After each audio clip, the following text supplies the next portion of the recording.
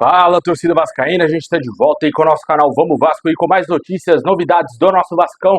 Pessoal, aquela entrevista coletiva lá do Pedrinho veio dando o que falar. A comissão do Vasco já está investigando a formulação e também a venda da SAF e os nomes citados pelo Pedrinho falaram aí ao Globoesporte.com. Você vai entender melhor essa situação aqui no nosso vídeo. Vamos falar também aqui dos primeiros nomes aí a serem especulados no Vasco para 2025.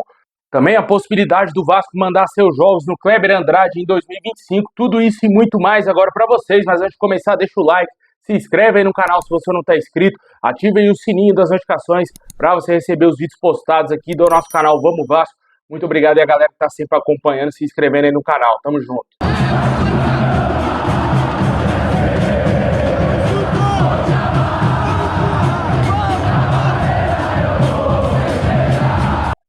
Bom, pessoal, como todo mundo sabe, né, na entrevista coletiva lá do Pedrinho, ele falou que abriu uma comissão de investigação para investigar alguns personagens que tiveram aí ação direta no contrato da SAF do Vasco. Como o próprio disse o Pedrinho, a comissão está investigando aí o senhor Jorge Salgado, Vitor Roma, Luiz Melo e também Adriano Mendes e Júlio Brandt. Todas essas pessoas estão sendo investigadas aí pela comissão do Vasco para entender o motivo e como que elas venderam aí a SAF do Vasco para essas 7 partes. Ele disse que se não houver uma investigação, isso estará sendo normalizado dentro do clube.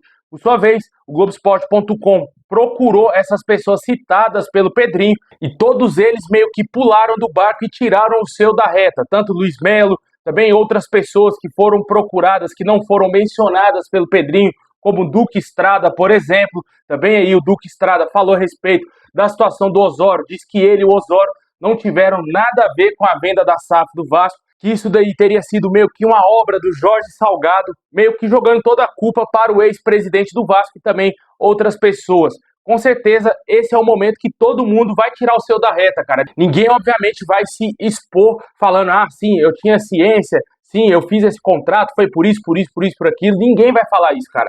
Com certeza, esse é o momento, sim, que vai acontecer a investigação e a gente espera que algo benéfico saia de tudo isso aí.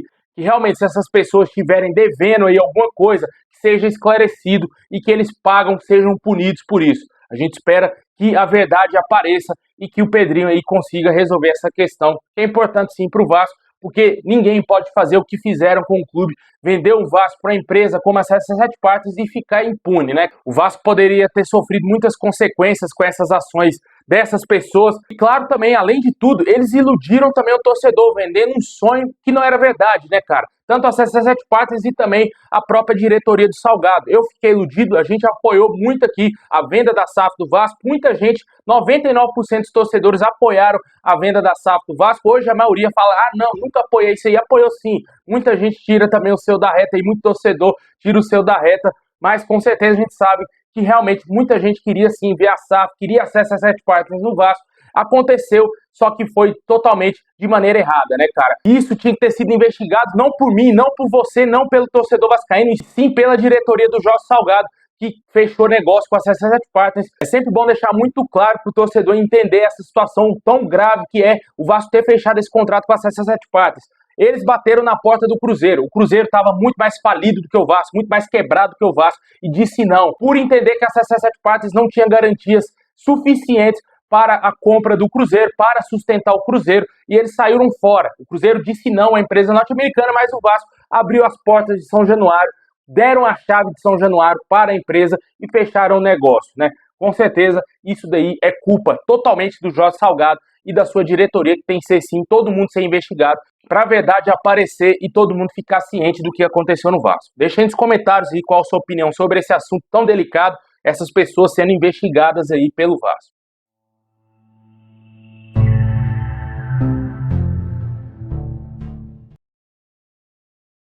Bom, pessoal, o estádio Kleber Andrade teria sido oferecido ao Vasco para buscar aí uma nova casa em 2025, né? Enquanto começar a reforma de São Januário.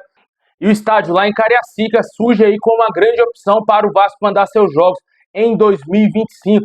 De acordo com as informações, o governo do estado do Espírito Santo estaria satisfeito em emprestar o estádio ao Vasco, por entender que tem muitos vascaínos na região e ser uma ótima opção para o Vasco na próxima temporada. Claramente não será só no Kleber Andrade que terá jogos do Vasco ano que vem, possivelmente devemos ter muitos jogos em Manaus, aqui em Brasília e ao redor do Brasil aí, onde não costuma ter jogos do Vasco. Torcemos aí para que o Vasco faça a melhor escolha possível, um clube nacional e um clube mundial, tem torcida em qualquer canto do mundo e qualquer lugar que o Vasco for jogar, certamente vamos ter todo o apoio do torcedor, né? Deixa aí nos comentários o que você acha dessa opção que pode ser o Kleber Andrade em 2025. Bom, pessoal, e para fechar nosso vídeo, começaram as primeiras especulações no Vasco. De acordo com a página aí, Fanáticos por Vasco, nas redes sociais, a notícia foi exclusiva deles. Eles trouxeram aí que o Vasco teria procurado 3 nomes já para a próxima temporada.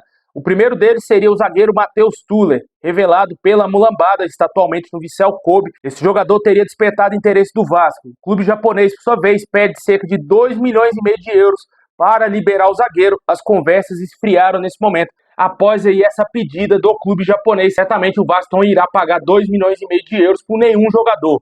Outra opção seria do atacante Léo Chu, que já foi bastante especulado em vários clubes aqui no Brasil. Ele está sendo monitorado para suprir a ausência do David, que perderá boa parte aí da temporada de 2025. E o Vasco já tem a ciência de que o atleta não irá renovar seu contrato com o Seattle Sounders, lá dos Estados Unidos, e uma oferta deve ser apresentada ao fim da temporada. Uma oferta salarial ao jogador, já que ele não terá contrato com nenhum clube. O Vasco contratará ele caso ele aceite de graça, né? Tendo que somente arcar com os seus salários.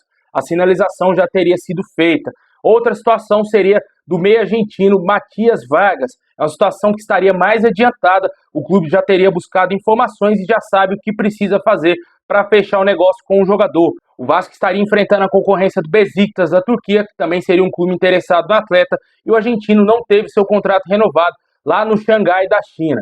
Esses seriam os 3 nomes especulados atualmente no Vasco, de acordo com essas informações. Ontem a gente também falou do Quinteiro, jogador colombiano, a situação muito distante de acontecer. E com certeza esses 3 nomes aí, certamente o torcedor irá debater bastante se vale a pena o Vasco contratar eles, né? O Léo Chu é um jogador interessante, é um jogador rápido, habilidoso, mas ele está jogando muitos anos na liga mais fraca, que é lá na MLS, né? Vai precisar de um longo período de adaptação, de readaptação ao futebol brasileiro. Seria interessante já para ele também já pegar uma pré-temporada já aqui no Brasil, caso seja contratado.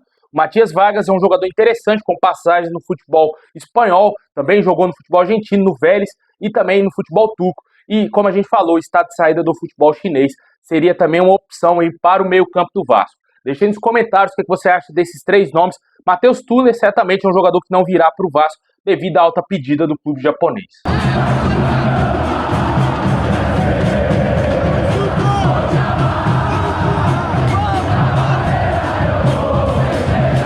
Bom, pessoal, esse é o vídeo de hoje. Assim que tiver mais novidades, vamos trazer aqui no canal, hein? Deixa o like, se inscreve, ativa o sininho. Muito obrigado, tamo junto. É nóis!